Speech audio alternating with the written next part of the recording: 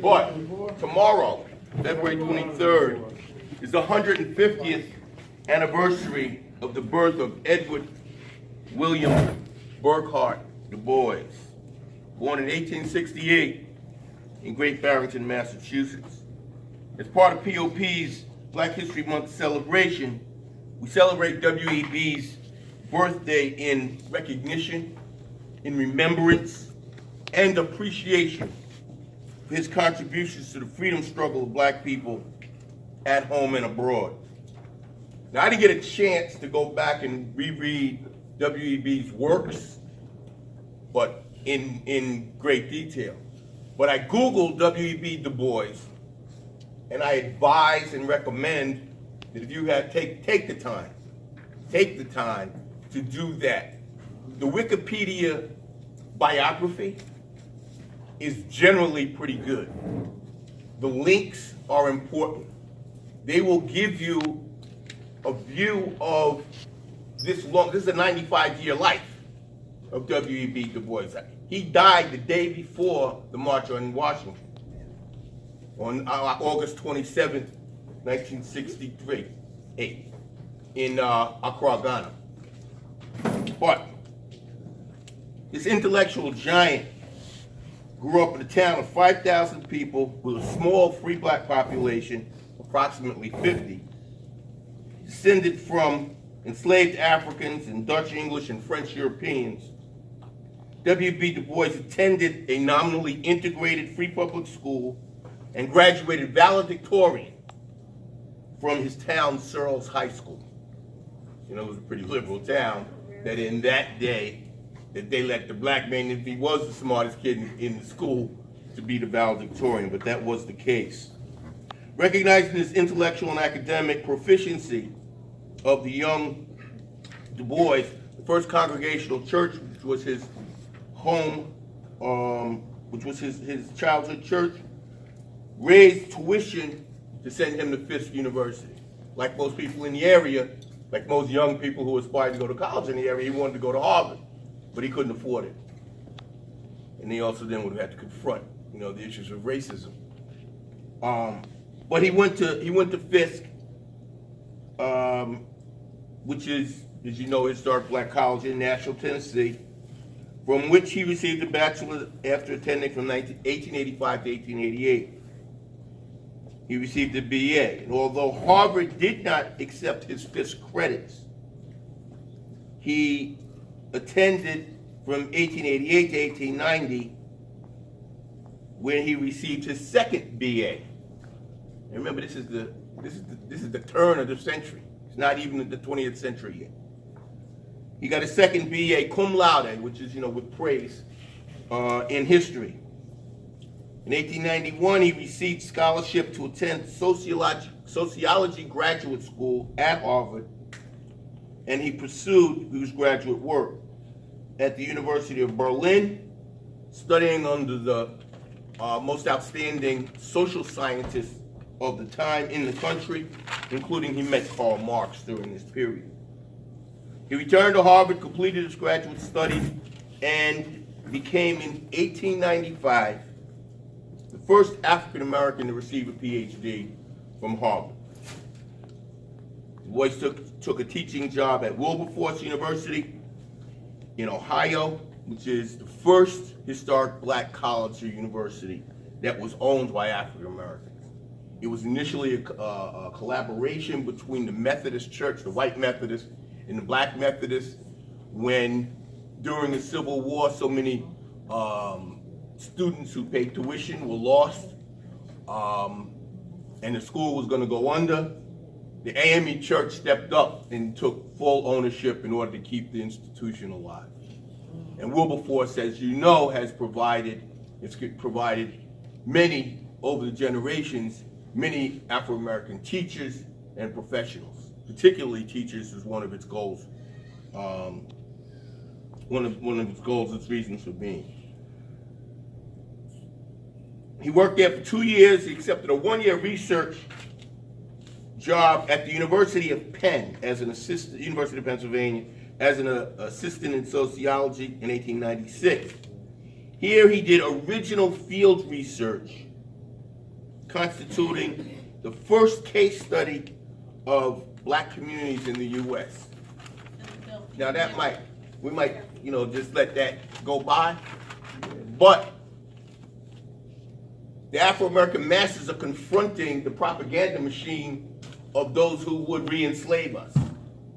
And their universities and institutions are the ones who produce the ideas about black inferiority, et cetera, et cetera. Well, the work that W.E.B. Du Bois did as a first case study, I'll get to that later, but let's get to it now.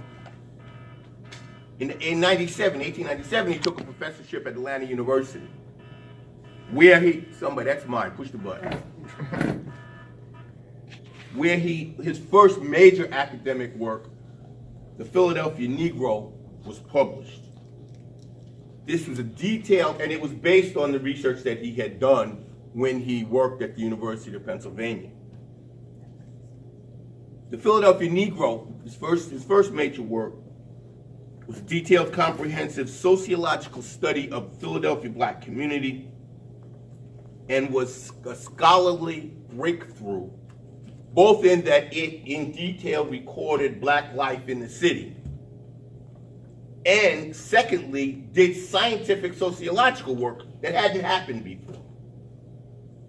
So that social science in general praised Du Bois and said as the father of modern social science.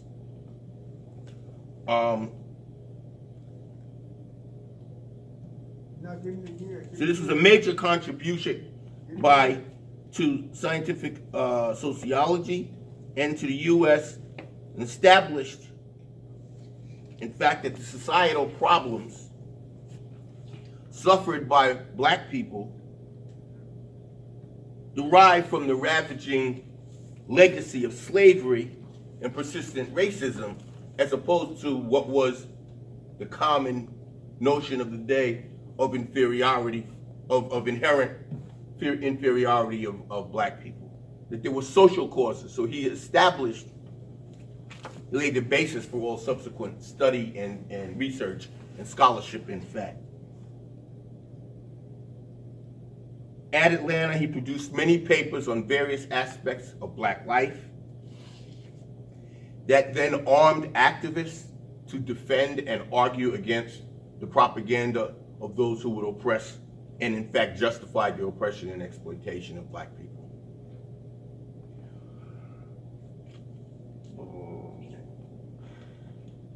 He annually hosted, while he was at Atlanta, the Atlanta Conferences on Negro Problems. In 1903, Du Bois published The Souls of Black Folk, a collection of 14 essays that portrays the genius and humanity of the black race. That James Weldon Johnson commented about the book, that its effect on Afro-Americans was comparable to that of Uncle Tom's Cabin. As you know, Uncle Tom's Cabin functioned as a major agitational and propaganda piece for the abolitionist movement and popularized the horrors of slavery and, in fact, spurred on the abolition movement.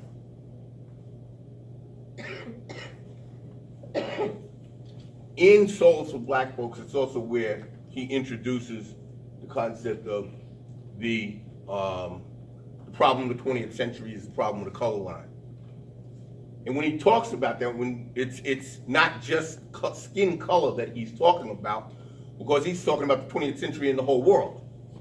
And that in fact, he's talking about the conflict between oppressed and oppressor nations and countries, because he talks about the problems in India and China and in Afro-America. For one, it is also where he rudimentally recognizes the nationhood of the Afro-American people, because he elaborates on culture, a common psychological outlook. He, as opposed to other educated black people, looks south, historic homeland of the Afro-American people, as opposed to, well, it's about going. Although he did encourage the Great Migration to avoid the terror of Jim Crow in the South at the time. 1895, Booker T. Washington makes the historic Atlanta Compromise. Compromise, which is an unwritten deal by him, of which he was the architect, and his ilk, with Southern white leaders that advocated that black people should accept segregation, discrimination, disenfranchisement, minimal education for only industrial work. So it was an accommodation with the oppressive conditions as opposed to opposing the oppressive conditions suffered under black people in post-Reconstruction, post-Reconstruction South. Du Bois, in response, Du Bois and several black intellectuals, professionals, civil rights activists, including Frederick McGee, Jesse Max Barber, William Monroe Trotter, met in Niagara Falls on the Canada side of the border, because they couldn't meet on the US side of the border. And met for a couple of years, founded what was known as the Niagara Movement, which was to agitate for political power, the necessity to fight back, the right to vote, general higher education for black people. The movement specifically developed in opposition to the Booker T. Washington accommodation to oppression line and acceptance of second-class citizenship. Truth developed in opposition to struggle against falsehood.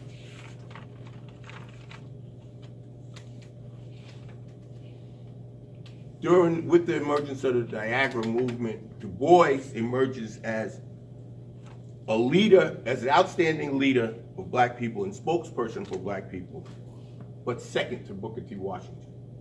During this period, Booker T. is the most powerful black man in the country, but it is a power that's based on patronage of white capitalists, because that's who benefits from subservient non-participation of the majority of the territory in the political life to accept only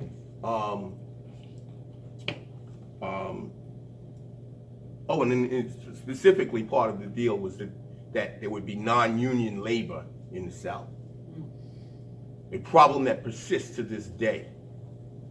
So the territory of the Afro-American people has been a reserve for the capitalists at various times. So nobody's getting money.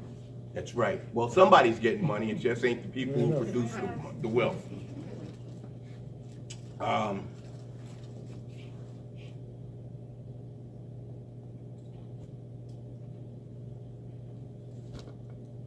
It was based on patronage of the U.S. capitalists and government officials who channeled anything that had to do with black people to talk about how powerful Booker T and the Tuskegee machine was. Anything that had to do with black people had to go through Tuskegee. So that as the Niagara Movement tried to develop influence amongst the masses of people, at one point they couldn't get their literature published because Booker T had put the thumbs down on them. I mean, literally, they couldn't buy paper. It wouldn't be sold because Booker T put the fingers down on them. But it's not just Booker T. What has to be recognized is that Booker T. Washington is a voice of a small black bourgeoisie actually worked in the service of the big white bourgeoisie, who stood to profit from keeping black labor suppressed in the South and all throughout the country. And that these upstarts, these intellectual upstarts of the Niagara Movement represented a threat to that, because they advocated a line of struggle, not accommodation. So that what you see is W.E.B. Du Bois' study, his lifelong study. I mean, he did 20 years of academic research and study before he even, before he became, before he got out into the world. But the oppression and exploitation suffered by our people moved him and his cohorts to link academia with movement activities, study with struggle, and he came to that over the course of his life experience. That as an intellectual, he started out with thinking that, well, once the truth is known, they won't be bad to us. I mean, which is, a real idealist approach to the world. It ignores the fact that there's a material basis for propagation of racism, its super exploitation of black labor, that there's a material basis for the propagation of the lies about black inferiority, because it establishes a second-class citizen caste who are available for whatever is needed.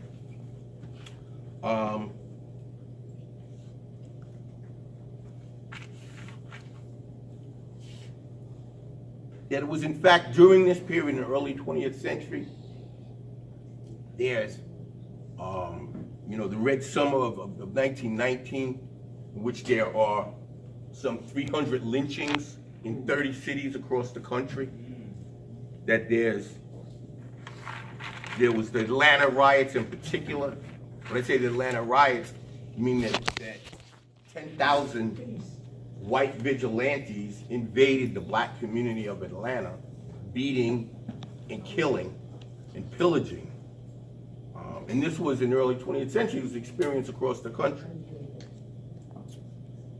There was, in particular, the Atlanta riots, and the fact that, if people are aware of Teddy Roosevelt, who was supposedly, going to be a friend of black people,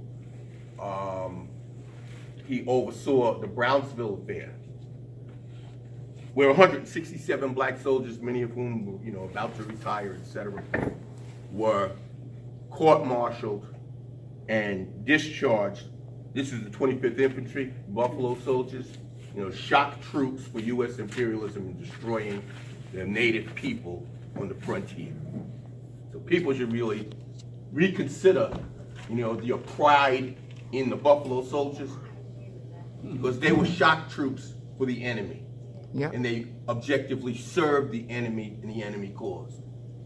And laid a basis historically, as opposed to there being unity amongst oppressed people of color, the indigenous people and Africans liberated, made a basis for there not to be trust or unity amongst those two sectors of the society. But those loyal servants of imperialism were turned on by President Teddy Roosevelt. And those two things in particular struck WEB DuBois and encouraged him and the Niagara folks to move more just from advocacy into actual organizing and raising the fight to a higher level. In response, WEB urged withdrawal of black support for the Republican Party, the party of Lincoln, that black people from gaining the right from the 15th Amendment up until that period had been very loyal. Just like from period of FDR to now, if it don't say a D after it, we can't even think about voting for it, for him or her. Yes, but this is also the facts of life that expose the failure of the compromise, the Atlanta Compromise, propagated by Booker T. Washington, and in fact, then you have civil rights advocates gaining more and more strength amongst the masses of people. 1909, W.E.B. Du Bois writes a biography of, one of my favorite white folks, and that's John Brown.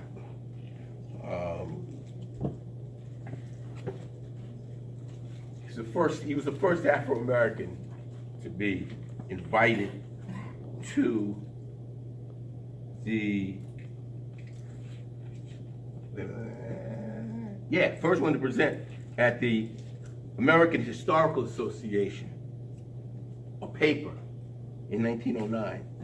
And he presented the paper Reconstruction and its Benefits, which flipped them out. Because the historic line on Reconstruction, and you'll still find it, I don't know if y'all remember Reconstruction being addressed in your history books in grammar school, but in general, you're left with a bad taste in your mouth. Yeah. That Reconstruction was a failure. folly, that it was lazy, inept, corrupt black people who destroyed the South. That was The story. And the birth of the nation was, the use of the new technology to propagate that lie. So here comes this upstart, thoroughly qualified, intellectual, writing the history. Well, when he submitted his paper for reproduction in the journal, I mean, they just poo-pooed his thesis.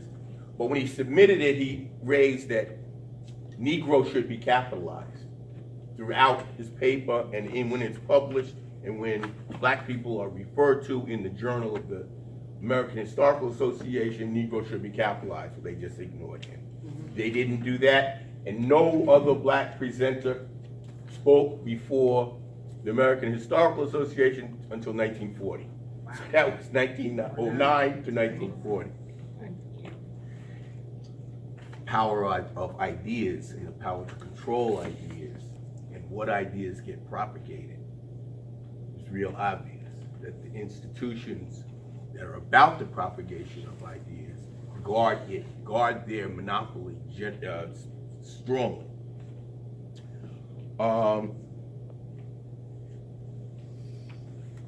All of the Niagarites, all the Niagara movement guys, and they were all men. They were all men. They hadn't become enlightened enough to realize all the intellectual potential and strength that's in the other gender.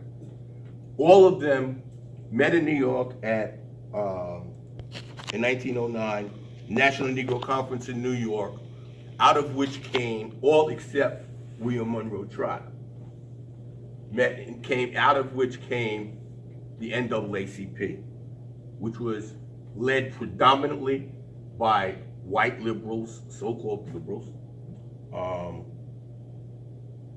and Trotter didn't go into the formation of the NAA because he didn't trust white people. Like his life experiences told him that only treachery would be experienced, so he didn't go. But Du Bois, who also had trouble with the board,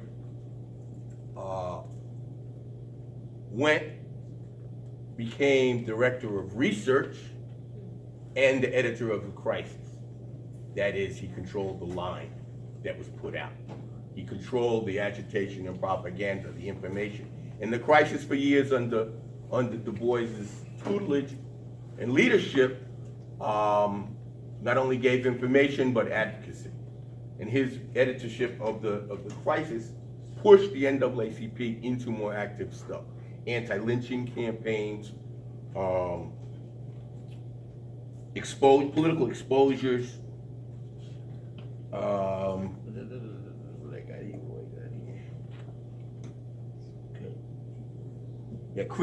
critiques of the government and society. And I'm going to pick up his page. He's constantly writing on history, economics, developments within the society. He was the polemicist in chief who used the crisis as his platform and as his weapon. It's the weapon of the intellectual, the journal.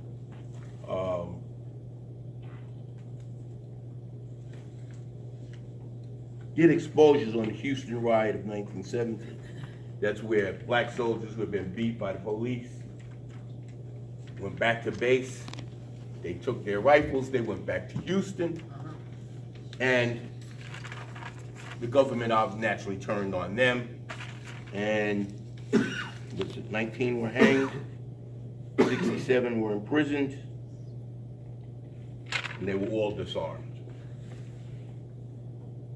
The NAACP was threatened by the government for its subversive ideas, and Du Bois was the source of those subversive ideas. And they were subversive ideas, subversive to a regime of oppression and exploitation of black people, of the propagation of national oppression, which was what being suffered. Time around World War I, WEB viewed that the war would result in the overthrow of European colonialism and the liberation of people of color in Asia and Africa. That was his view on World War I. He recognized that it was an inter-imperialist contradiction was the main thing going on, and that it was an overall worldwide effort to redivide the world and scramble for colonies. But he's inconsistent in his opposition. Joel Spingard, who's the president of the NAACP, who supported the imperialist war, knew he needed to undermine WEB's opposition to the war because the crisis under his editorship had become one of the main publications that reached black people in the country. He offers Du Bois a commission in the Army, but he has to write an editorial recanting his position of opposition to the war. Now, I don't know what all the details were, but he goes for it. Du Bois goes for it. I think that it probably comes, and he writes an editorial called "Pulled Together," I believe it was. Which, this is at the time that in the international socialist movement, this is when the split in socialism occurs. And it is precisely over the question of war and peace. And that in the socialist movement, there was a conference in Basel, Switzerland, where all the socialist parties said, this is not our war, this is a war of the imperialists. They're fighting to scramble for the world, to redivide the world, and we're not going to send the workers to fight for the bosses, for the capitals, until the war broke out. And when that happened, all the socialist parties and in the social democratic parties united behind their own capitalists and sent the workers to the battlefield to slaughter each other, the workers of different countries, except for the Russians and the Bolsheviks. And were then, in this context, successful in seizing power and going to the mountaintop to see the new world. But here was the inconsistency in Du Bois' part, which I think reflected, his class basis, his class background, and his wavering petty bourgeois world outlook, which is part of his history. That although he takes Spingard's deal, he takes a commission in the United States Army in time of World War I, until in his unit, Southern officers opposed him having a commission, and they, in fact, the Army then withdrew the commission. So he sold out and got sold out, which we should understand is the pattern of the ruling class. Yes. They're use you and then kick you to the curb.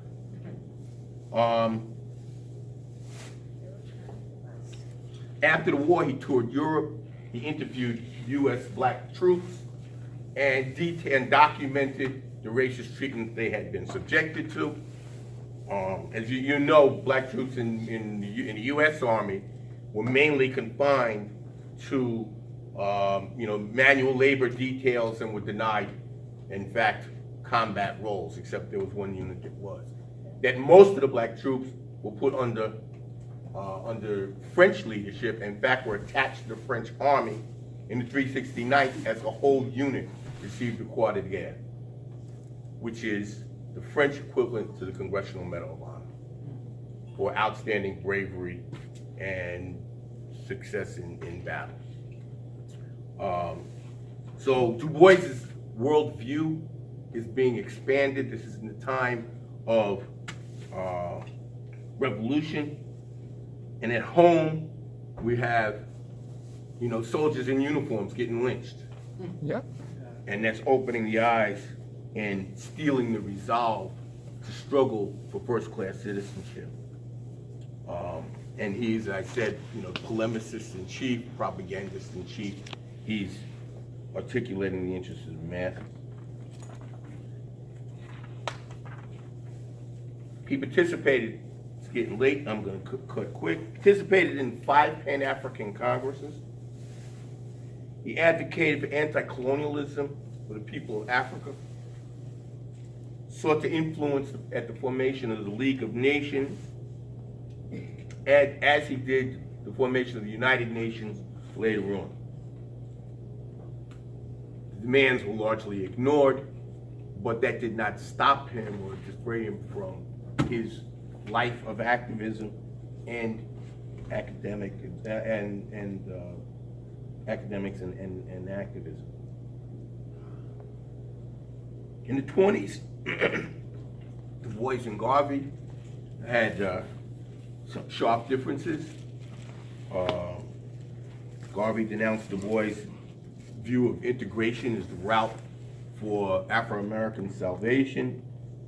Du Bois denounced Garvey's Back to Africa, although he supported, he endorsed the slogan of Africa for Africans, but he differed with what he thought Garvey was promoting, that Africa would then be ruled by Afro-Americans who go back. They differed on that. That wasn't Africa for the Africans.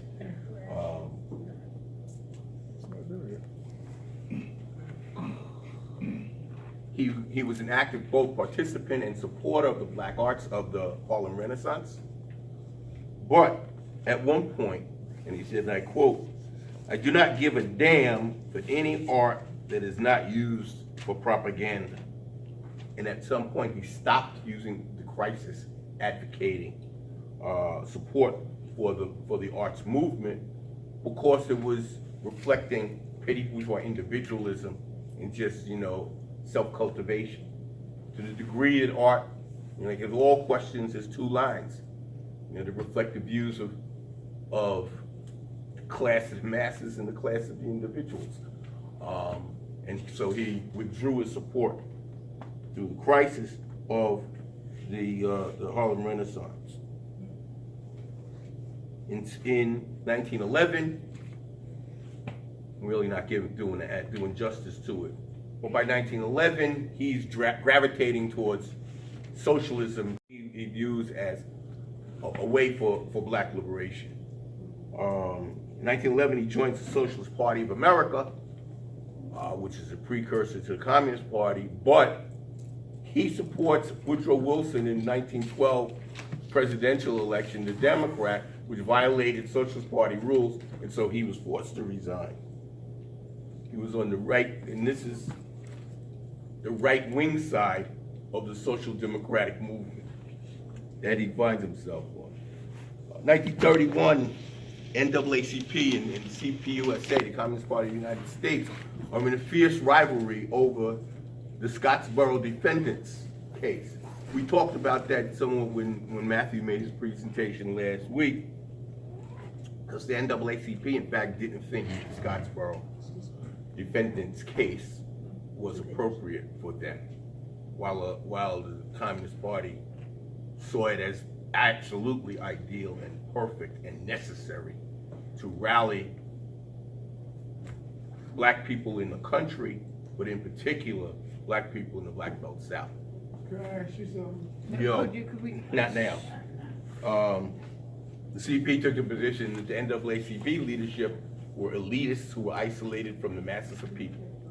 And that's a view that's been pretty persistent. But 1935, I got to hurry up. 1935, Du Bois writes his magnum opus, his big work, Black Reconstruction in America, which was based on the work that he had done earlier, but it is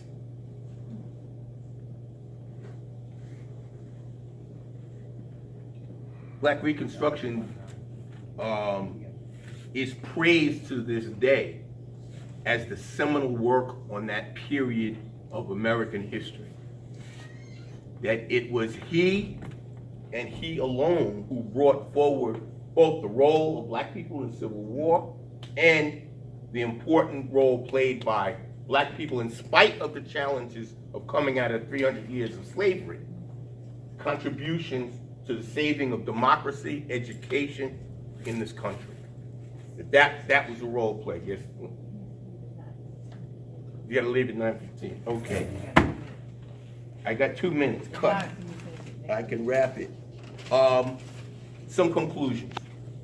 W.E.B. Du Bois is one of the most important people of the 20th century, one of the most important people, period, of the 20th century. He's an outstanding leader of the black freedom struggle, worthy of our praise and study.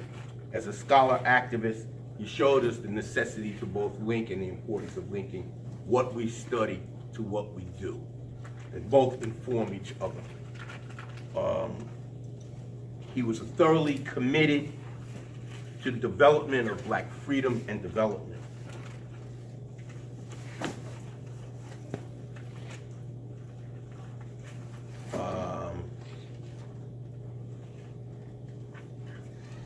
The 3 important works. He did the scholarship necessary for the liberation movement of the 20th century. Those 3 important works, the Philadelphia Negro, Souls of Black Folk, and Black Reconstruction, laid the basis for scholars, all scholars coming after him, who addressed fundamental questions of black survival. So I say, I'm sorry that how inadequate a presentation I did on this important personage. Let's say he died. Let me get this real quick.